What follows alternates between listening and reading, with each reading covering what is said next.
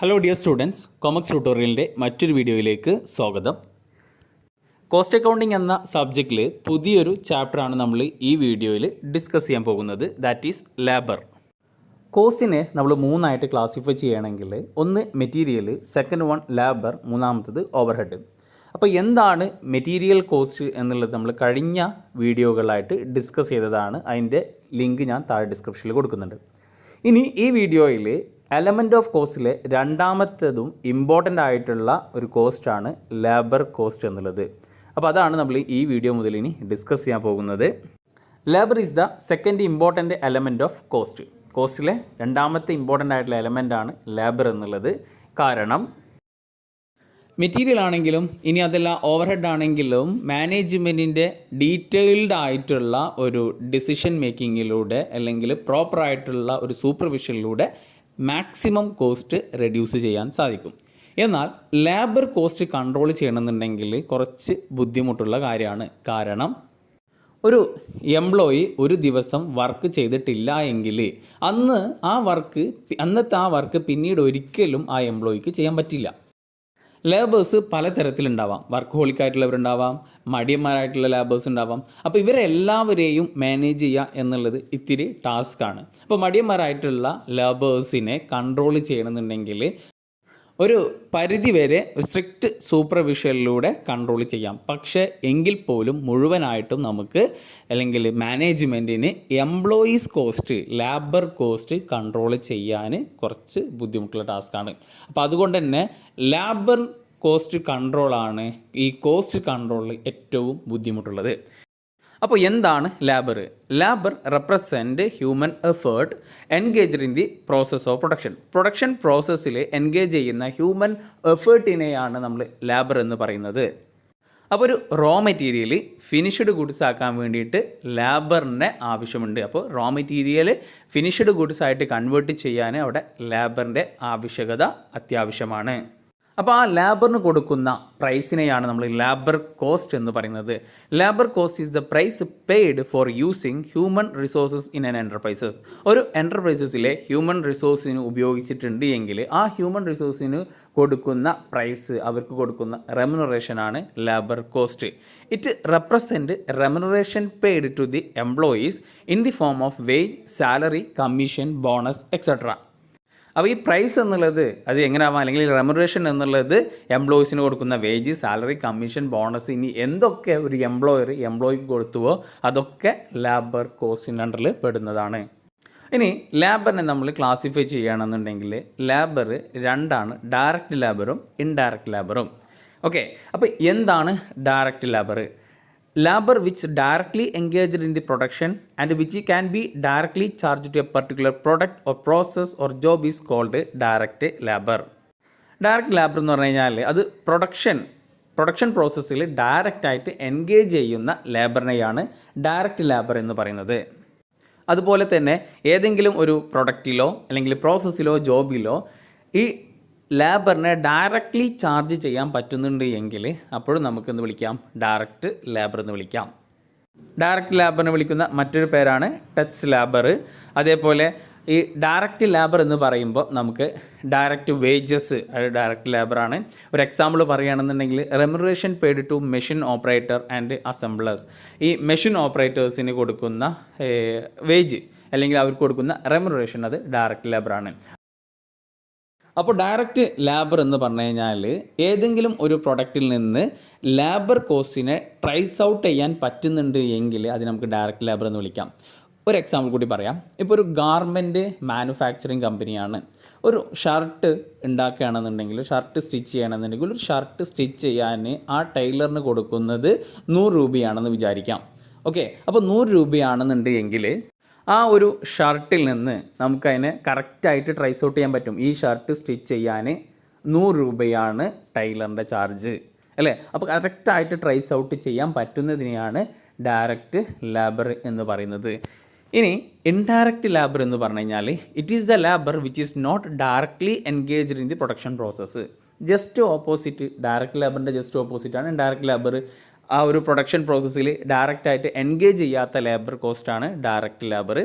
Remuneration payable to indirect labour is known as indirect wages.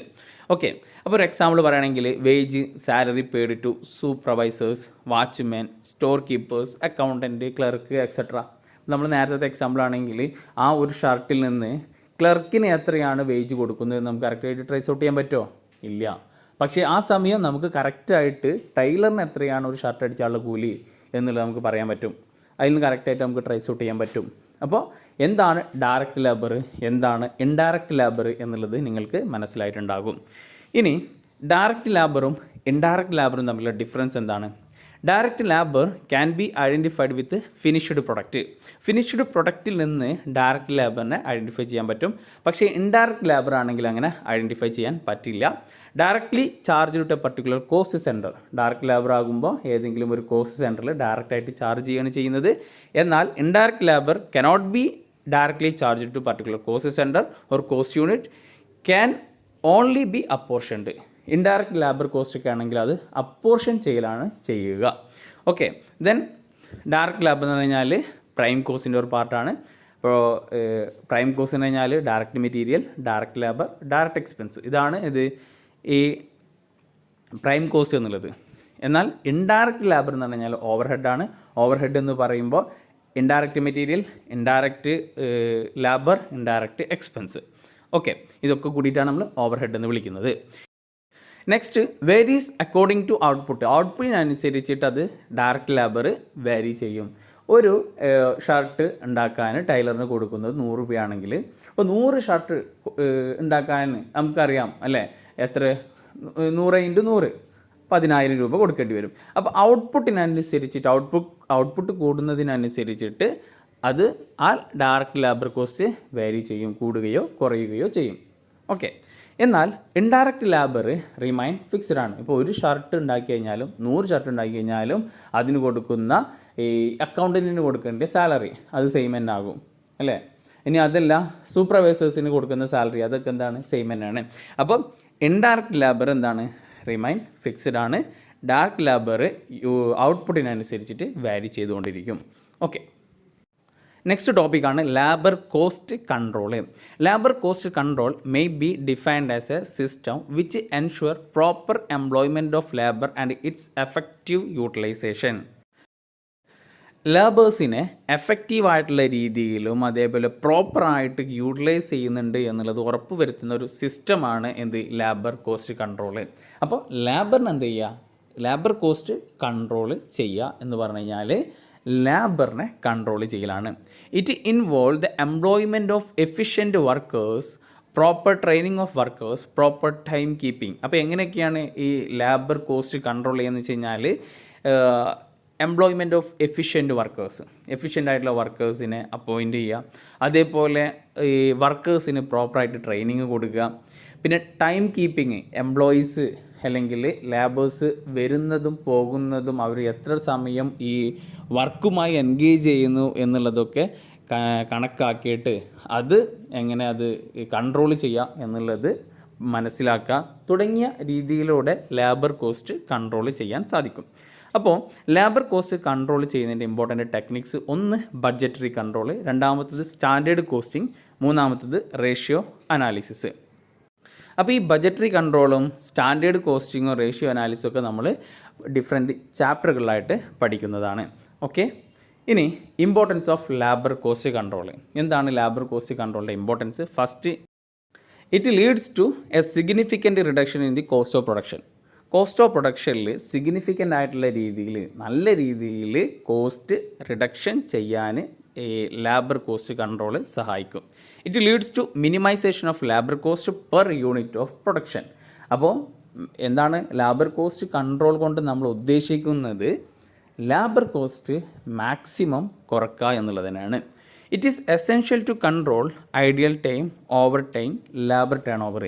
അപ്പോൾ ഈ labour cost control ടെക്നിക്സിലൂടെ നമുക്ക് ideal time ഒഴിവാക്കാനും അല്ലെങ്കിൽ അത് കൺട്രോൾ ചെയ്യാനും ഓവർ ടൈം, ലേബർ ടേൺ ഓവറൊക്കെ നമുക്ക് മനസ്സിലാക്കാനും അത് മാക്സിമം റെഡ്യൂസ് ചെയ്യാനും സാധിക്കും. It is necessary to increase the labour productivity. അപ്പോൾ ലാബർ പ്രൊഡക്ടിവിറ്റി ഇൻക്രീസ് ചെയ്യാൻ ഹെൽപ്പ് ചെയ്യും. പ്രോപ്പറായിട്ടുള്ള രീതിയിൽ ട്രെയിനിങ്ങും മോട്ടിവേഷനൊക്കെ കൊടുത്തു കഴിഞ്ഞാൽ ലാബറിൻ്റെ പ്രൊഡക്ടിവിറ്റി കൂടും. Next, it helps to determine the labour cost of various jobs, process and product. അപ്പോൾ ഈ ഓരോ ജോബിൻ്റെയും അല്ലെങ്കിൽ ഓരോ പ്രോസസ്സ് അല്ലെങ്കിൽ ഓരോ പ്രൊഡക്റ്റിൻ്റെയും ഓരോന്നിൻ്റെയും ലാബർ കോസ്റ്റ് സെപ്പറേറ്റ് ആയിട്ട് ഡിറ്റർമൈൻ ചെയ്യാൻ സാധിക്കും. It require to ascertain correct labour cost കൺട്രോളിൻ്റെ ഇമ്പോർട്ടൻസ് എന്ന് വെച്ച് കഴിഞ്ഞാൽ കറക്റ്റായിട്ട് ലാബർ കോസ്റ്റ് എത്രയാണെന്നുള്ളത് അസർട്ടൈൻ ചെയ്യാൻ ലാബർ കോസ്റ്റ് കൺട്രോൾ ഹെൽപ്പ് ചെയ്യും. And correct labour cost helps in absorption overhead. Next, in certain industries there is a shortage of skilled labour. ചില ഇൻഡസ്ട്രിയിൽ സ്കിൽഡ് ലാബേഴ്സിൻ്റെ ഷോർട്ടേജ് ഉണ്ടാകും. അപ്പോൾ അതുകൊണ്ട് they must be effectively utilised. അവരെന്ത് ചെയ്യണം? എഫക്റ്റീവായിട്ട് യൂട്ടിലൈസ് ചെയ്യണം. ഓക്കെ, അപ്പോൾ സ്കിൽഡ് ലാബേഴ്സ് ഉണ്ട് എങ്കിൽ അവരെ എഫക്റ്റീവായ രീതിയിൽ യൂട്ടിലൈസ് ചെയ്ത് കഴിഞ്ഞാൽ അത് ലാബർ കോസ്റ്റ് കൺട്രോളിനെ ഹെൽപ്പ് ചെയ്യും. ഓക്കെ, അപ്പോൾ ഇതാണ് ഇമ്പോർട്ടൻസ് ആയിട്ട് പറയുന്നത്. ഇനി അടുത്തത് ഒരു ടേമാണ് ടൈം കീപ്പിംഗ് എന്നുള്ളത്. അപ്പോൾ എന്താണ് ടൈം കീപ്പിംഗ് എന്നുള്ളത് ഇമ്പോർട്ടൻ്റ് ആണ്, എക്സാമിന് ചോദിക്കും. ടൈം കീപ്പിംഗ് എന്ന് പറഞ്ഞു കഴിഞ്ഞാൽ the process of recording time of arrival and departure of workers and employees is known as time keeping. ഇപ്പോൾ നമ്മൾ ലാബർ കോസ്റ്റ് കൺട്രോൾ ചെയ്യാൻ വേണ്ടിയിട്ട് നമ്മൾ ഈ എംപ്ലോയീസിൻ്റെ ടൈം കീപ്പ് ചെയ്യും. എപ്പോഴാണ് അവർ വരുന്നത്, എപ്പോഴാണ് ഓർഗനൈസേഷനിൽ അവർ പോകുന്നത്. അപ്പോൾ ആ ഒരു പ്രോസസ്സിനെ, അത് റെക്കോർഡ് ചെയ്യുന്ന പ്രോസസ്സിനെയാണ് നമ്മൾ ടൈം കീപ്പിംഗ് എന്ന് പറയുന്നത്. അപ്പോൾ ടൈം കീപ്പിംഗ് എന്ന് പറഞ്ഞു കഴിഞ്ഞാൽ the process of recording time of arrival. Workers അല്ലെങ്കിൽ എംപ്ലോയീസ് അവർ വരുന്ന സമയം റെക്കോർഡ് ചെയ്യുന്നു.